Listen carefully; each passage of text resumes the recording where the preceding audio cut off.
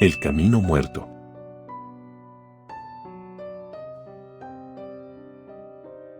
Mi nombre es Enrique. Esto me sucedió en carretera mientras trabajaba hace casi 10 años. Recorría el camino del norte de la Sierra Chihuahua en la temporada invernal del año. Cualquier persona que haya visitado esta parte de México sabe que el área siempre es fría, pero en época invernal, la temperatura suele descender a grados bajo cero. Si bien esto me sucedió hace ya casi una década, lo acontecido ahí y los detalles de todo lo vivido, están presentes en mi cabeza como si hubiera ocurrido hace apenas algunos días.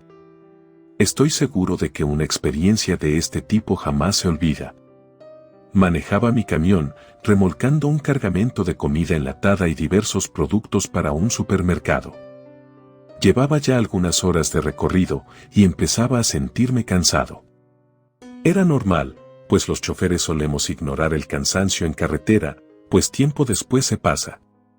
O también a veces, cuando vamos bien de tiempo, solemos dormir un rato en el mismo tráiler, pues puede hacer la diferencia, aunque sean 30 o 40 minutos de sueño únicamente. La carretera estaba congelada, el camino escarchado hundía el centro de una ladera con árboles y pinos para abrir el camino. Todo hasta donde alcanzaba la vista era blanco, marrón y verde.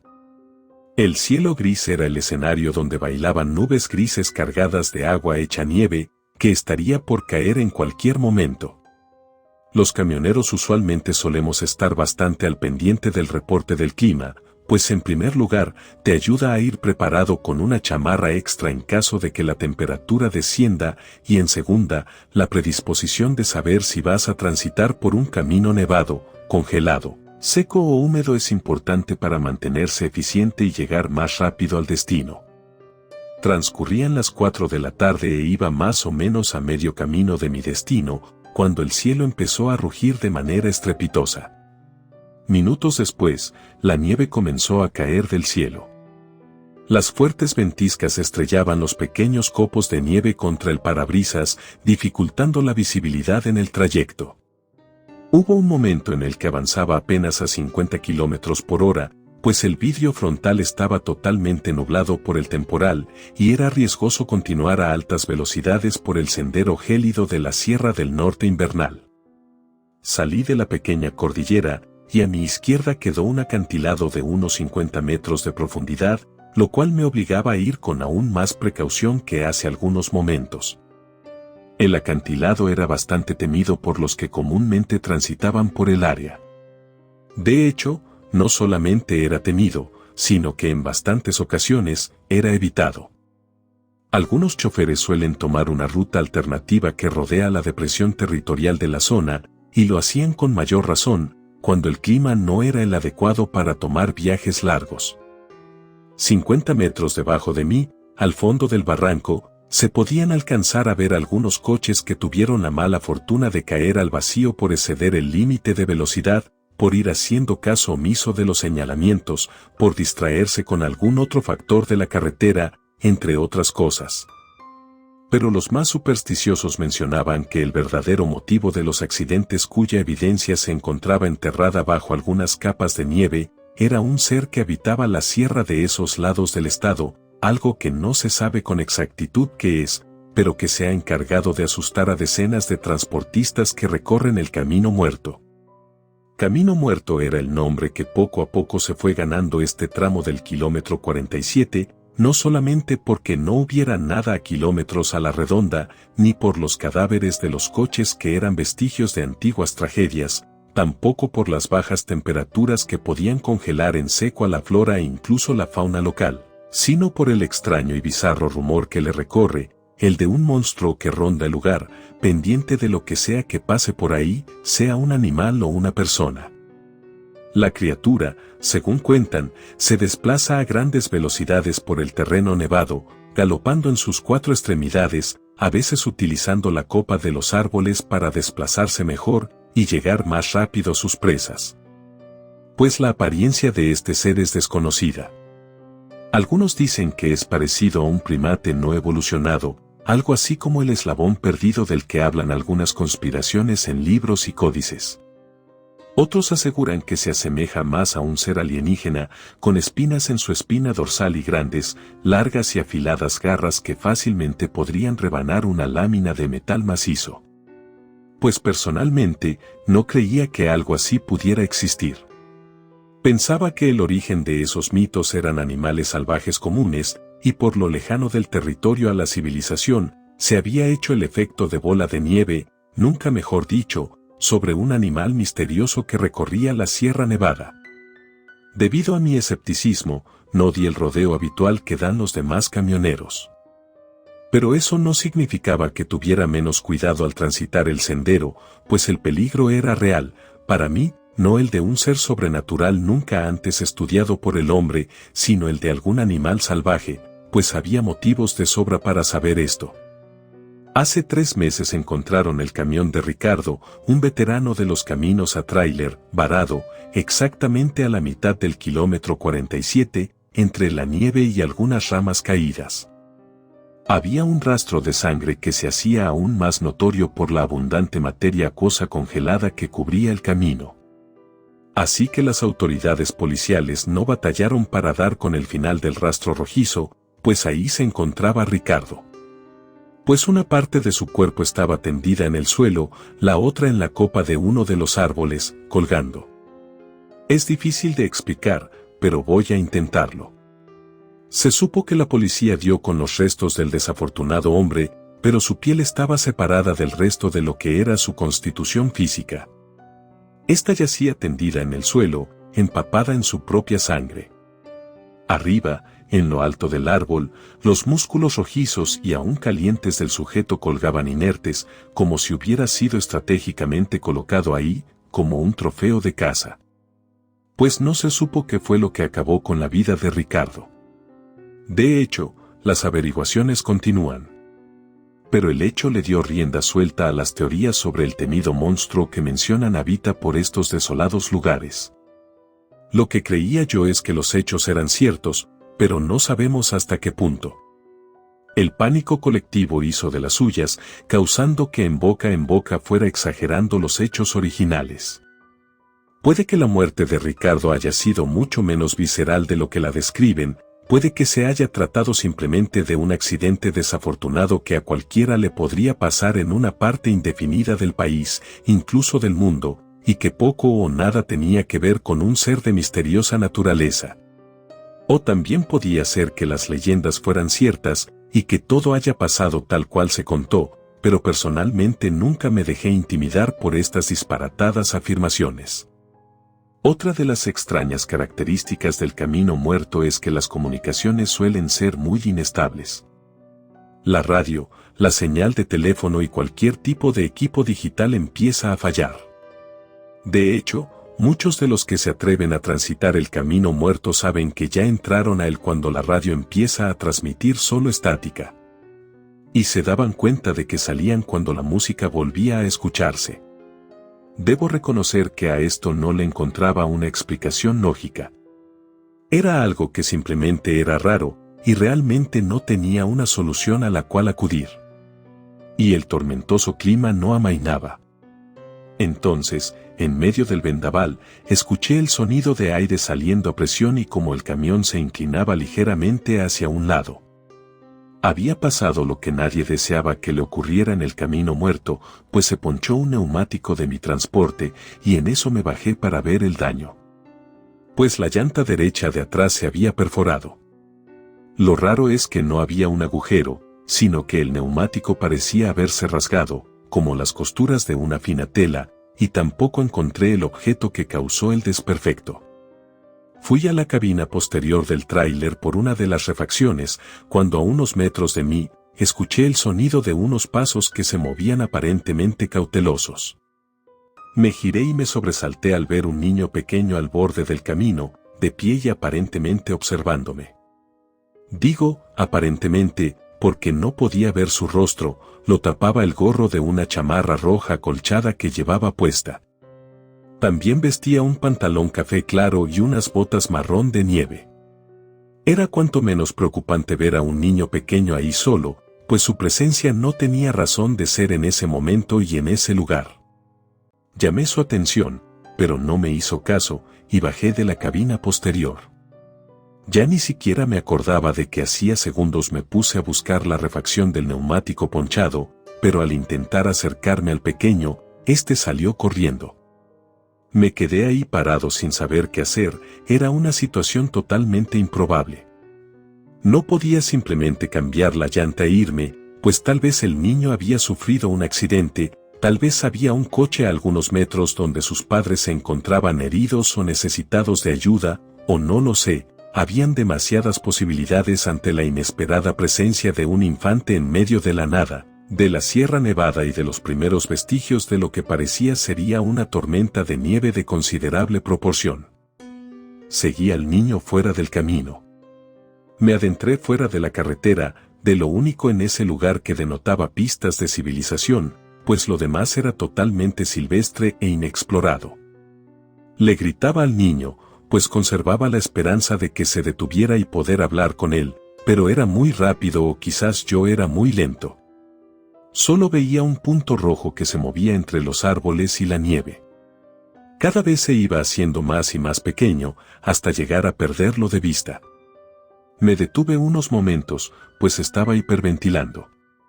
Mi aliento hacía un vapor frío al salir de mi cuerpo y chocar con la temperatura ambiente. Después de tomar aire, pude seguir caminando, pero mi esperanza de encontrar al pequeño se hacía cada vez menor. Tampoco quería adentrarme demasiado en esa área del camino muerto, pues sabía que pronto podía desorientarme y perderme, y ahí, sin señal en el teléfono y sin poder llegar a mi camión, estaría metido en un problema grande. Caminé un poco más y di un último grito con todo mi aliento llamando al niño. Era lo más que podía hacer en esa situación. Planeaba cambiar la llanta y, saliendo del camino muerto, llamar a la policía y notificar sobre mi avistamiento de un pequeño en medio de la sierra, a inicios de una tormenta de nieve. Me puse en camino de vuelta hacia mi tráiler cuando escuché un leve murmullo a mis espaldas, lo que me hizo darme la vuelta rápidamente. No vi nada alrededor, pero luego escuché el ajetreo de las hojas de los árboles y vi nieve cayendo de ellos. Alcé la mirada y no pude ver nada más que el movimiento de las hojas y ramas que constituyen la copa de la fría flora local. Empecé a alertarme, pues comenzaba a sentirme acechado. Tenía el sentimiento de tener por lo menos un par de ojos encima de mí todo el tiempo, y me di cuenta demasiado tarde de que me había quedado totalmente expuesto a un depredador de las inmediaciones. En esos instantes no pasaba por mi mente las leyendas de la criatura que dicen que ronda esa parte de la sierra, pero más temprano que tarde vería de qué se tratan dichos rumores. Empecé a caminar con paso apurado en dirección hacia la carretera, y fue segundos después de esto cuando indudablemente vi una figura, un bulto, saltando desde lo alto de un árbol hacia otro, escondiéndose entre las ramas como acechándome. En ese momento, mis alarmas se dispararon y empecé a correr, a huir con más apuro que cuando llegué persiguiendo al niño que no logré encontrar. Veía a mi alrededor como el follaje de los árboles se meneaba con el turbulento paso de algo que era evidentemente pesado, pues lograba violentas sacudidas entre las ramas por las cuales se abría paso. En esos momentos pensé que tal vez estaba cerca de un primate grande y me negaba a considerar la opción de tomar como ciertas las leyendas que circulan por ahí. Luego escuché un fuerte aullido, grave y profundo, el cual se originaba a unos 20 metros de mí, lo cual me hizo inundarme de terror. No era el aullido de un mono o de algo parecido, tampoco de algún otro animal que haya escuchado con anterioridad.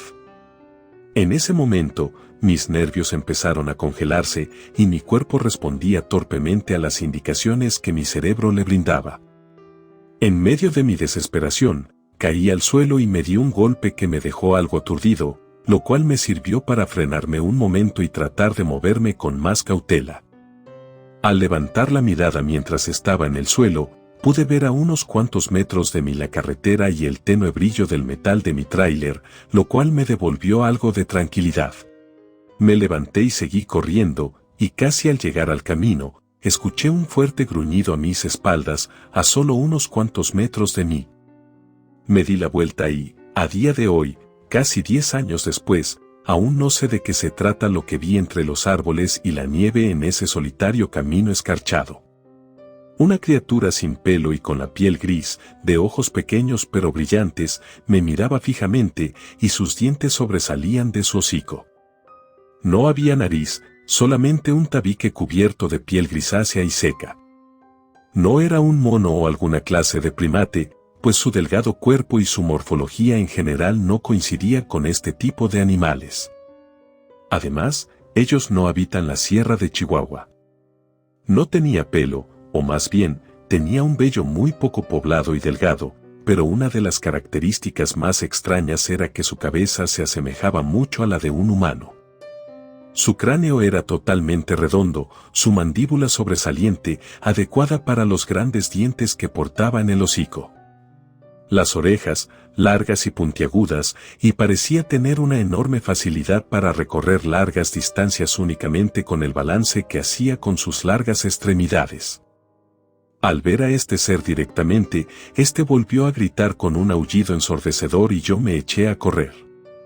Segundos después de continuar mi huida, podía sentir cómo sus pasos se acercaban a mi espalda.